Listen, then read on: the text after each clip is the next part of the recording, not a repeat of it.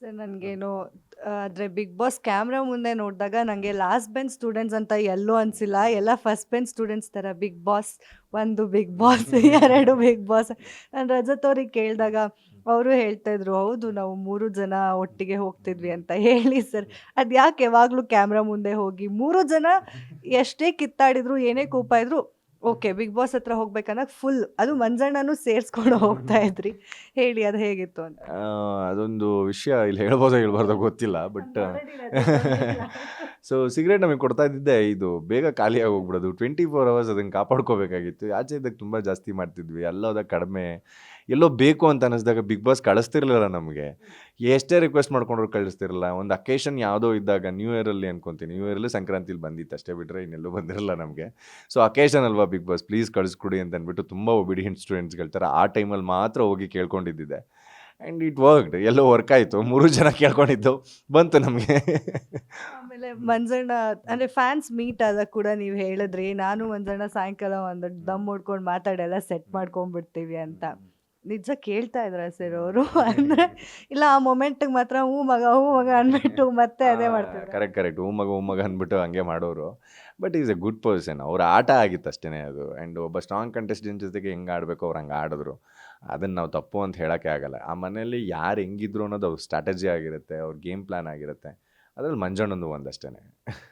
ಅದರಲ್ಲಿ ಚೈತ್ರಾ ಕುಂದಾಪುರ ಅವ್ರ ಬಗ್ಗೆ ಮಾತಾಡಿಲ್ಲ ಅಂದರೆ ಕಂಪ್ಲೀಟೇ ಆಗಲ್ಲ ಅನಿಸುತ್ತೆ. ನಮ್ಮಣ್ಣ ಎಲ್ಲಿ ನೋಡಿದ್ರು ನಮ್ಮಣ್ಣ ಗೆಲ್ತಾರೆ, ತ್ರಿವಿಕ್ರಮ್ ಅಣ್ಣ ಗೆಲ್ತಾರೆ, ತ್ರಿವಿಕ್ರಮ್. ಅರೆ ಮನೇಲಿ ಅವ್ರಿಗೆ ನಿಮ್ಗೆ ಡೆಡ್ ಆಪೋಸಿಟ್ಟು, ಹೊರಗಡೆ ನೋಡಿದ್ರೆ ಫುಲ್ ಚೇಂಜು. ಏನು ಮೋಡಿ ಮಾಡಿ ಕಳಿಸಿದ್ರಿ ಸರ್? ನಿಮಗೆ ಗಿಫ್ಟ್ ಎಲ್ಲ ಬೇರೆ ಕೊಟ್ಟರು. ಮೋಡಿ ಅಂತ ಎಲ್ಲ ಏನಿಲ್ಲ. ಅಕ್ಕಂಗೆ ಸತ್ಯ ಯಾವುದು ಅಸತ್ಯ ಯಾವುದು ಅಂತ ತುಂಬ ಚೆನ್ನಾಗಿ ಗೊತ್ತಾಗುತ್ತೆ. ಆ್ಯಂಡ್ ಅವರು ಇರೋ ರೀತಿ ಆಗಿರ್ಬೋದು, ಅವ್ರು ನೋಡಿರೋಂಥ ಜನಸಂಖ್ಯೆಗಳಾಗಿರ್ಬೋದು, ಅದರಲ್ಲಿ ನಾನೆಲ್ಲೋ ಒಂದು ಇನ್ನೂ ಚಿಕ್ಕ ಹುಡುಗ ಅಷ್ಟೇ ಅವ್ರ ಮುಂದೆ.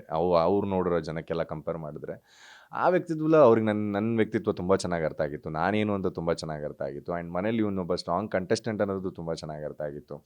ಬಟ್ ಎಲ್ಲೋ ಗೊತ್ತಿಲ್ಲದೆ, ಅವ್ರಿಗೆ ಗೊತ್ತಿಲ್ಲದಲ್ಲೇ ನನಗೆ ಗೊತ್ತಿಲ್ಲದಲ್ಲೇ ಒಂದು ಕ್ಲೋಸ್ ರಿಲೇಷನ್ಶಿಪ್ ಚೆನ್ನಾಗಿತ್ತು. ಅಕ್ಕ ಅನ್ನೋದು, ನಾನು, ಅವ್ರು ನನ್ನ ಅಣ್ಣ ಅನ್ನೋದು, ಈ ಭಾವನೆಗಳ ಮಧ್ಯೆ ಎಲ್ಲೋ ಒಂದು ಕಡೆ ಈ ಕಾಂಪಿಟೇಷನ್ನು ಇತ್ತು ನಮ್ಮಿಬ್ಬರ ಮಧ್ಯ. ಇವನು ನಾನು ಬಿಟ್ಕೊಡ್ಬಾರ್ದು, ನಾನು ನಿನ್ನನ್ನು ಬಿಟ್ಕೊಡ್ಬಾರ್ದು ಅನ್ನೋದು ಇತ್ತು. ಸೊ ಒಂದು ಒಳ್ಳೆ ಜರ್ನಿ ನಮ್ಮಿಬ್ರದ್ದು. ಒಂದು ಜಗಳ ಆಯಿತು, ಒಂದು ಕೋಪ ಬರ್ತಿತ್ತು, ಆ ಚಿಕ್ಕ ಪುಟ್ಟ ಏನೋ ಕೋಪಗಳಿರ್ತಾಯಿತ್ತು. We were good. And in fact ಹೇಳಬೇಕು ಅಂದರೆ ಈ ಮನೇಲಿ ನಾನು ತುಂಬ ಕ್ಲೋಸಾಗಿ ಆರಾಮಾಗಿದ್ದಿದ್ದು ಅಂದರೆ ಚೈತ್ರಕ್ಕನ ಹತ್ರ. ಏನು ಬೇಕಾದರೂ ಮಾತಾಡ್ಬೋದಾಗಿದ್ದು ನಾನು ಅವ್ರ ಹತ್ರ. ನಾನು ಏನೇ ಮಾತಾಡಿದ್ರು ಅರ್ಥ ಆಗ್ತಿದ್ದಂಥ ಒಂದು ಒಳ್ಳೆ ವ್ಯಕ್ತಿ ಅವರು. ವೀಕೆಂಡ್ಸ್ ಬಂದರೆ ಪಾಪ ಜಾಸ್ತಿ ಬಯಸ್ಕೊಂಡಿದ್ದು ಅವರೇ ಅನ್ಸುತ್ತೆ. ಅದು ಅವರು ಆಡ್ತಿದ್ದಂಥ ರೀತಿ ಎಲ್ಲೋ ಒಂದು ಕಡೆ ತಪ್ಪಾದಾಗ ಸುದೀಪಣ್ಣ ಬಂದು ಬುದ್ಧಿ ಹೇಳೋರು. And she is A emotional person. ಅಂದರೆ ಮನೆಗೆ ಬಂದಾಗಲೇ, ಮನೇಲಿ ಇದ್ದಾಗಲೇ ಗೊತ್ತಾಗೋದು ನಾವು ಎಷ್ಟು ಎಮೋಷ್ನಲ್ ಇದ್ದೀವಿ ಅಂತ ಅಂದ್ಬಿಟ್ಟು. ಆವಾಗ ಕಣ್ಣೀರು ಬರ್ತಿದ್ದು ಸಹಜ. ಒಬ್ಬ ದೊಡ್ಡ ಮಾಸ್ಟ್ರು ಬಂದು ಬೈದಾಗ ಯಾರಿಗೆ ಹರ್ಟ್ ಆಗಲ್ಲ. ಸೊ ಆ ಥರ ಹರ್ಟ್ ಆದಾಗ ಹತ್ತಿದ್ದಿದೆ. ಅದು ನಾವು ಎಲ್ಲೂ ಅದನ್ನು ಸುಳ್ಳು ಅಂತ ಹೇಳೋಕ್ಕಾಗಲ್ಲ, ನಿಜ ಅಳ್ತಾ ಇದ್ರು ಪಾಪ. ಗ್ಯಾರಂಟಿ ನ್ಯೂಸ್, ಸುದ್ದಿ ಖಚಿತ, ನ್ಯಾಯ ನಿಶ್ಚಿತ.